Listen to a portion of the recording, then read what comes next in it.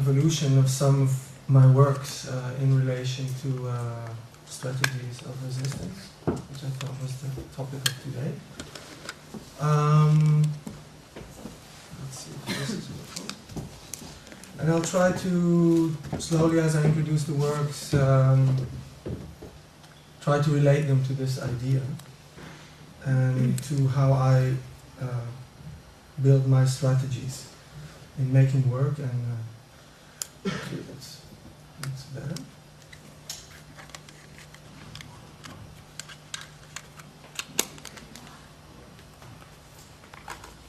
So, the story begins with this work, which I made in '99. And despite being not a very good artwork, I'd like to talk about it because it contains a lot of the attitudes and strategies that I since then followed up in my work. This work is called Personal Propaganda Unit, or PPU for short. What should I say? How should I start about it? I'll first describe what we're looking at. It's a kind of aluminium construction. The height is around 4 meters, and between these two black things is like 6 meters. And I could assemble it and carry it and reassemble it in public spaces in a couple of minutes. So it's actually an extension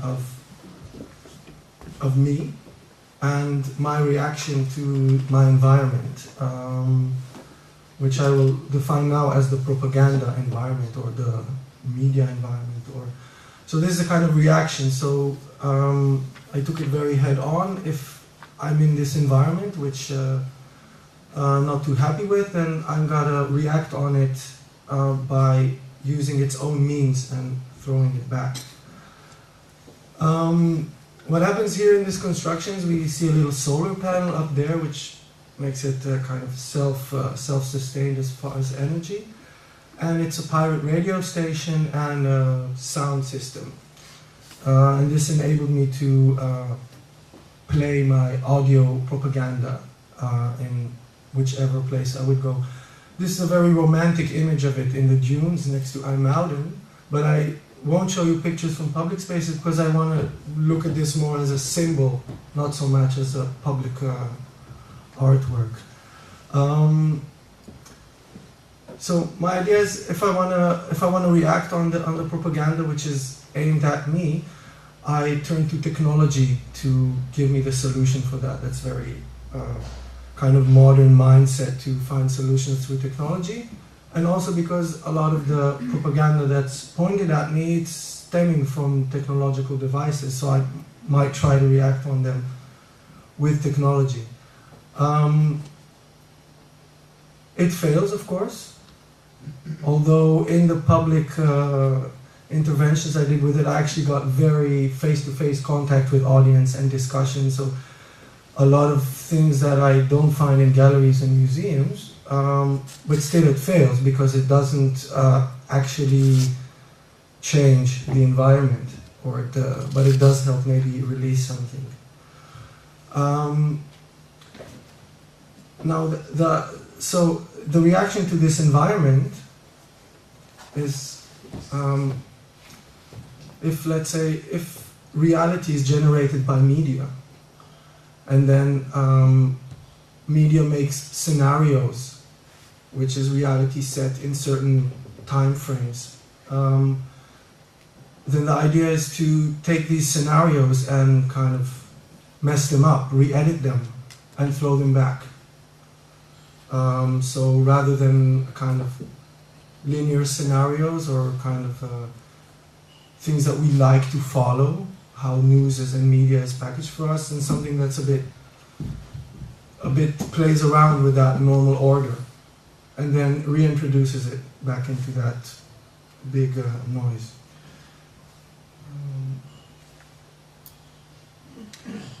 I will show a small example of one of these audio things that I produced for this. I was very busy with CNN and chopping up bits of that and trying to kind of make my own truth using their actual words. And one of these audio bits, I also, it ended up also in a video I was making at the time called The Empire, a crash course for backpackers. So then an image entered with that. You can just show it. With a volume? Volume?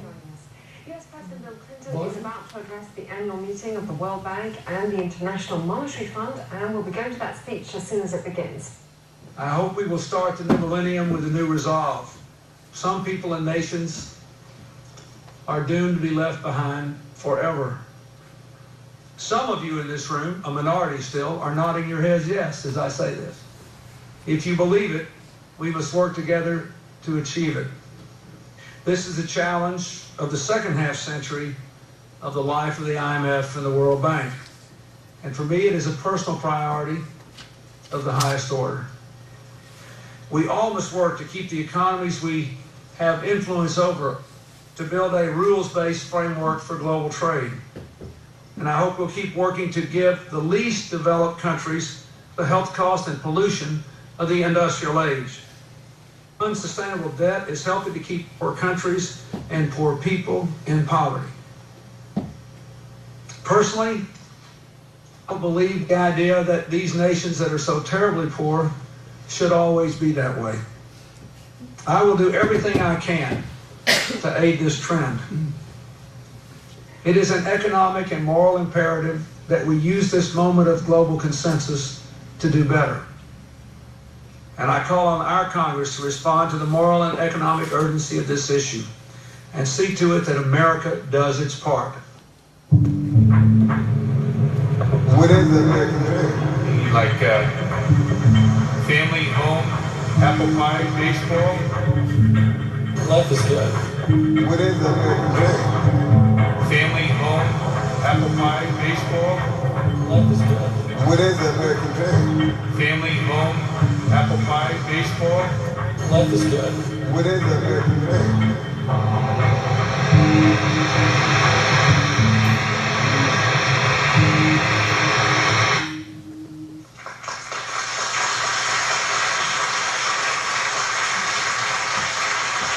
Now, let me make one final commitment to drain resources that are needed to meet the most basic human conditions, like clean water, shelter, healthcare, and education. It is necessary to have industrial age energy use patterns to grow a modern, powerful economy.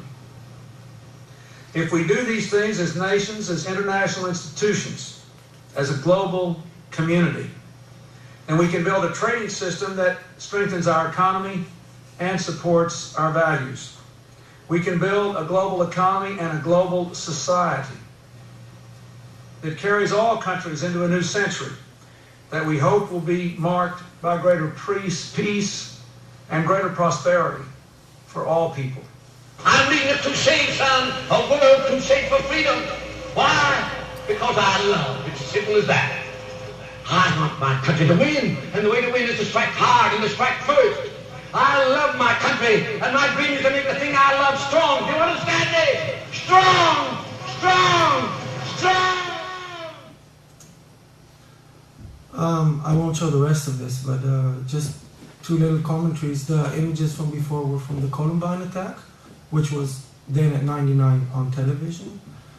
And well, we're quite grown to custom having this kind of anti-American artworks since September 11. This is a bit before, but like the person here was saying before, nothing is actually new since September 11.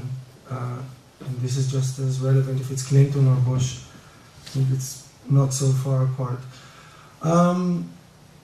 So after this propaganda unit, I did make more videos. I will not show so many of them now, but I work in that medium mainly now.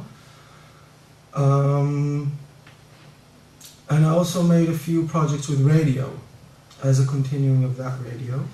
And I'd like to mention actually mainly two of them. The first project let's have some radio here. It's a project that I don't have any documentation from. I can only tell about it. It's actually, I called it Radio Doubt, and it's actually a little prank, but I was quite persistent in doing it. What I did is that I recorded this kind of traffic radio that you get informed with if there is a traffic jam or I recorded that, and then sometimes when I would drive in the car, I would transmit that back on the same frequency, so the cars around me would get a misinformation. So I did this for like a year. I don't know how many times. It was just, sometimes I would switch it on. I actually didn't even understand what the traffic information was because my Dutch was too poor at the time. But I didn't really care as long as it's not from the right day and it's not about the right conditions. And by free coincidence, I bumped into this. This is from the Campignon, or something like that. Campignon. It's a little newspaper from the ANWB. And there was actually somebody, yeah, it's a bit blurry, this picture, who wrote that he normally tunes in to this radio to get reliable information, but he finds it not so reliable. Sometimes he's in a traffic jam, which is not reported. And even in one case, there was reported a 10-kilometer file, which didn't exist. I can't verify that he was driving next to me, but it could have been. And he's asking at the end, he still tunes in every day, but can he trust it? So this is exactly would be the questions that I wanted to raise in the mind of any driver that was there, just to doubt what we normally take as very official and very true, in a sense. Another radio station was in the smart project space. And why I want to talk about it, because there was an interesting political background which initiated this station. So this was in, I don't want to get the date wrong. It was in 2003, in July. There was, July and August would be the last months of public ether in Holland, because there was going to be a big auctioning and privatizing of the ether. And in Amsterdam there was two very big and long time functioning pirate radios, Radio 100 and Radio Patapult, and these would have to disappear, along with all the rest of the pirate radios in Holland. So my idea was to react to that by exactly in these months where they said that they would clean out all the pirate radios. Let's add another station and see how that fits in the picture. But this station is a public station. So there's not really an organization who's running it, but anybody can walk in and just do whatever they want. And for me it was kind of a last moment where the public can still have the complete freedom to say what they want in the ether. So before this last threshold is also pushed away by economic reasons, to create this podium. It actually was very successful. Many people used it. Over 300 registered people used it. You see Willem de Ridder. There's no real radio in Holland without him, I guess. The funny thing is that this decision was actually postponed by a year. So while the show was going on, they had a rediscussion, and it only happened a year later. Luckily or unluckily. Anyway, this belongs to the past now, the pirate radio. But what I find interesting is now that the cultural sector and the art sector can get pretty easily, they can get permissions to get frequencies, to do things. But that's not really the same, is it? That's it for radios. Now, during this time, I was getting this idea that I want to make a portrait of myself through surveillance cameras. So I started being busy with what's what's my image in the public space. I mean, I can imagine what it looks like, but I wanna have it because it's my image. But I had no idea how I'm going to do that. So I started researching a little bit about the laws and all the regulations that govern these things. And I even became more curious because actually I saw that my image is not only technically I can't get it yet, but legally I can't get it. So that made me even more hungry for actually getting it. So maybe I'll show this now. So in this idea of the portrait I made, on the way to that I made another portrait. This wasn't really an art work, it was part of a submission for a festival. As a filmmaker you had to make like a statement on video, so I came up with this. Okay.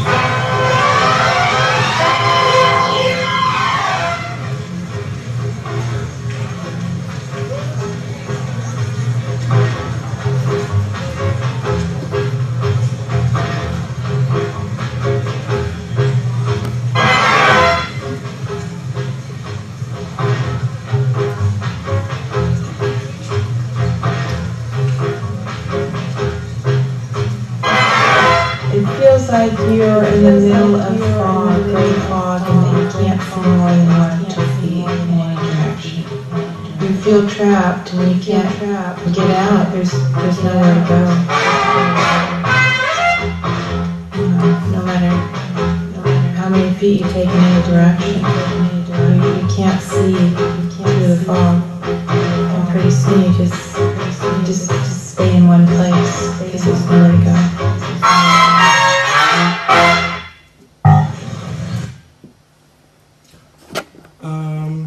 I chose to show this because it still deals, how to say, with this environment and what to do in it and how you feel in it. And okay, and then shortly after that, I finally came across the right piece of equipment and the right information to now very consciously knowing how to steal my images from this big eye that's watching me.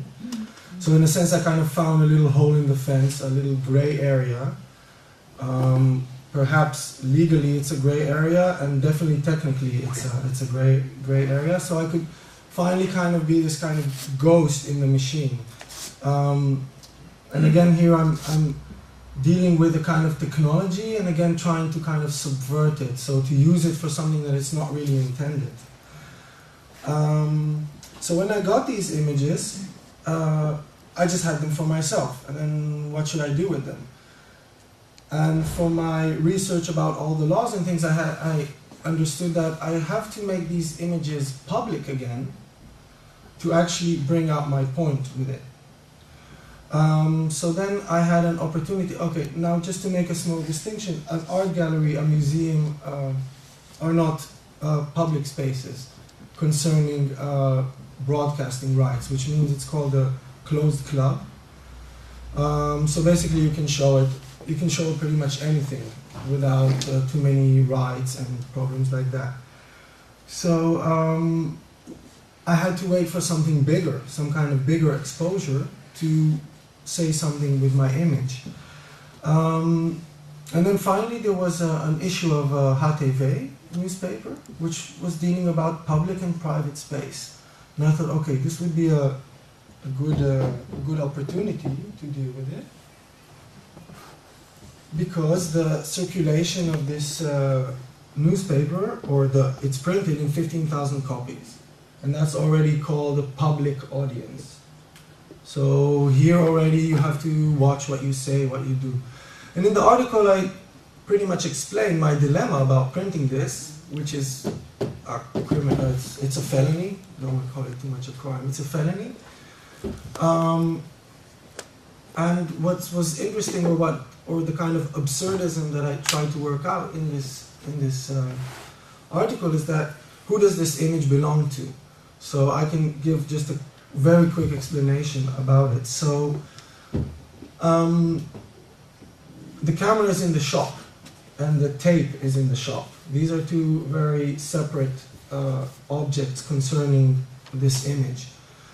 The camera is owned by the shop owner, and the tape is as well. But the image that's recorded on the tape is not owned by the shop owner. And not only it's not owned, but he is not allowed to do any kind of usage with this footage. Of course, this would be very handy to do research on shopping behavior, things like that. Of course, they do that. But by law, they're not allowed to, so our privacy is protected in that way. Now, so the shop owner doesn't own it. Neither does the law own it, unless there is a crime. If there is a crime, the tape becomes an evidence. And from that point, a judge can authorize to view it and, as a consequence, make some rulings by it. But if there's no crime, it has to be erased. It has to be rewinded, and the new day has to be written over it. So you cannot keep surveillance footage if nothing happened. Of course, I'm sure that they probably do keep them around. So what is happening is that we're giving a lot of power about our privacy to some kind of unclear, vague, external thing. Now, how I got this image. A certain portion of the cameras that are used are wireless cameras, which means the image on its way to the tape is crossing through the air. Again, the ether comes, my question, is the ether public or private? If my image is passing through the air, and I steal it from the air, so I got a scanner, which is not a very sophisticated device, it's actually a receiver, like a receiver which is part of the set of this camera. And the only thing that I did with it is that I made it scan all the channels. Because normally you buy one receiver and one transmitter and they have maybe 4 channels. So mine can now just continue looping and it's looking for all the channels. So I can get all the brands of the cameras on my scanner.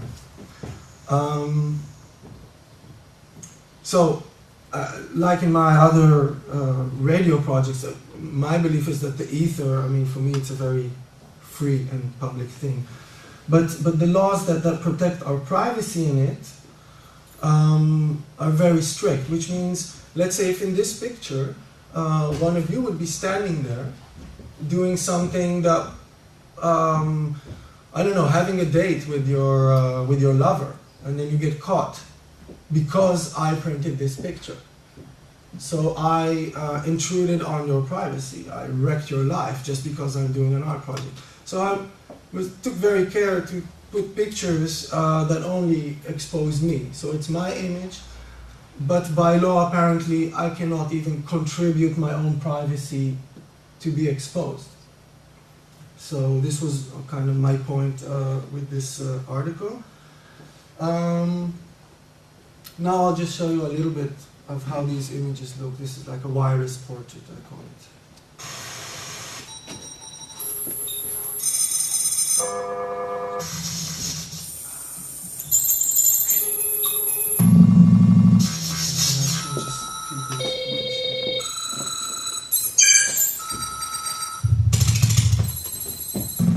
A lot of these images are from Utrecht. That's from Utrecht actually has a lot of wireless cameras. I was really surprised. I just stepped out. Already in the central station I found a couple. So in this compilation there is some of them.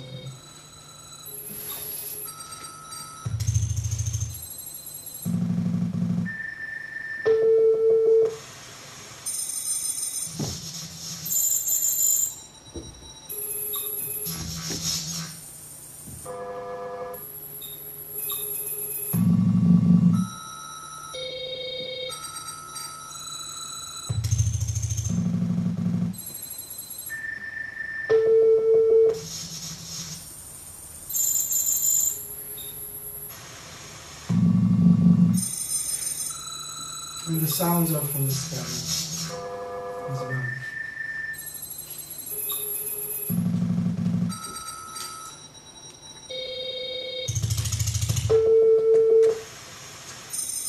Okay, our time is a bit short, so I'll skip quickly to the next one. So after obtaining this portrait, I decided, okay, where do I put myself as reacting to this environment? And then I did this performance in Brazil. It's in a big office building where with my scanner I saw that there's a lot of cameras that I can receive there. So I actually had a few scanners and some friends helped. They were switching channels, looking for me in the different cameras in the building, and I just, well, you will see, I enter the building.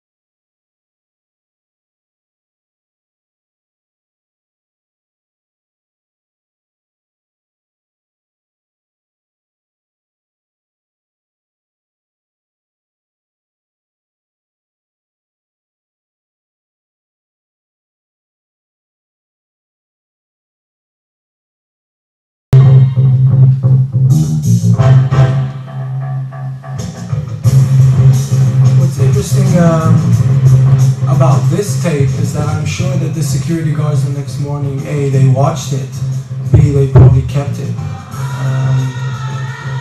Maybe not till today, so this is, again, the only copy, but I'm curious about that next morning, because I just left the building like that. This goes on, there's many cameras in corridors, and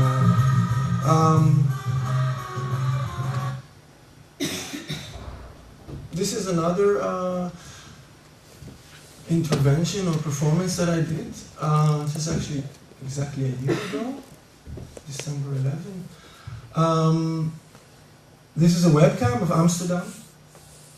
This doesn't have sound because it was actually footage for another video that I made. This is part of a scene in it. So what I try to do with this awareness of the cameras is a bit to take it further and have these kind of like an agent, or like a bit like the propaganda unit, again, this guerrilla style of reacting or to this environment.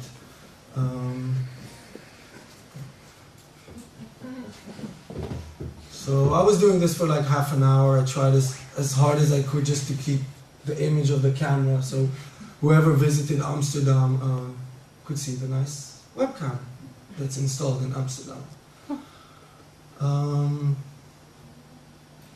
Okay, my time is up? Yeah. Yeah? Okay, thank you.